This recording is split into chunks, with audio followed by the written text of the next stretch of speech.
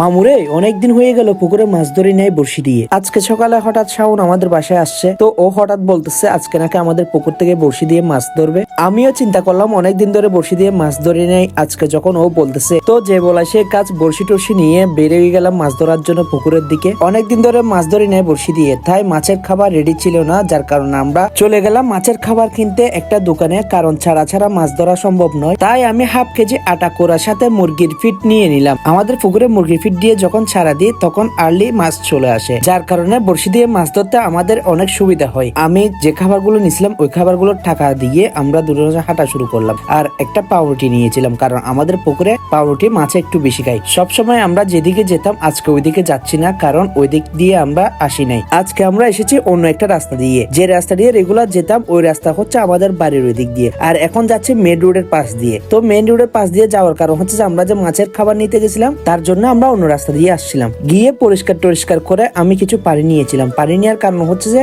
আমি যে পাউরুটি নিয়েছিলাম ওই পাউরুটিটা মিক্সার করতে হবে পানি দিয়ে। বাকি অবশিষ্ট পানি দিয়ে আমরা যে আটা কোড়া নিয়েছিলাম ওইটা আর মুরগির ফিট গুলো মিক্সার করে চারা দিয়ে দিলাম। চারা ফেলে কিছুক্ষণ অপেক্ষা করার পর আমরা আল্লাহর নাম নিয়ে বড়শি ফেললাম। বড়শি ফেলে কিছুক্ষণ চুপ করে বসে থাকলাম, অপেক্ষা করছিলাম কখন যে একটা মাছ ধরবো, স্বর্ণ হরিণটা কখন পাবো, প্রথম উদ্বোধনটা কখন করবো। বড়শি ফেলে আমি আর শাওন বাজি ধরেছিলাম আজকে যে প্রথমে মাছ ধরবে তাকে ট্রিট দিতে হবে। মুখ থেকে কথাটা বের করতে না করতে সাথে সাথে প্রথম বড়শিতে মাছটা আমি ধরে ফেললাম। আর এদিকে শাওন বাজিতে হেরে মাথায় দিল হাত, কারণ আজকে যাবে পকেট থেকে কিছু টাকা। বন্ধুকে সহানুভূতি জানানোর জন্য আমিও দিলাম মাথায় হাত। মাথায় হাত দিয়ে লাভ নাই, আজকে মাছ ধরবো আমি, দেখবে শুধু শাওন। আল্লাহ রহমতে বড়শিতে মাছ আমার ভালোই ধরে, আর আমি একটু বড়শি দিয়ে মাছ ধরতে অনেক ভালোবাসি। আমার মাছ ধরার অবস্থা দেখে শাওন করতেছে আফসোস, কারণ বেচারার বড়শিতে কোনো মাছ ধরতেছে না। একের পর এক আমি মাছ ধরতে আসি আর বসে বসে শাওন দেখতেছে আর আফসোস করতেছে। আফসোস করতে করতে শাওনও একটা মাছ ধরে ফেললো। মাছ ধরে শুরু হয়ে গেল বেচারার ফাঁকাফাঁকি, আর এদিকে একের পর এক করতেছি আমি মাছের হিট, একটার পর একটা ধরতেছি মাছ। আমার সাথে সাথে শুরু করে দিলে শাওনও মাছ ধরা। মাছ ধরলে নিজেরও অনেক ভালো লাগে, বারবার বড়শি নিয়ে মাছ ধরতে আসতে ইচ্ছা করে। কথায় আছে আমরা মাছে ভাতে বাঙালি, তাই মাছ আমাদের প্রিয় খাবার। যারা গ্রামে থাকে তারাই বুঝে মাছ ধরার মধ্যে একটা আলাদা শান্তি পাই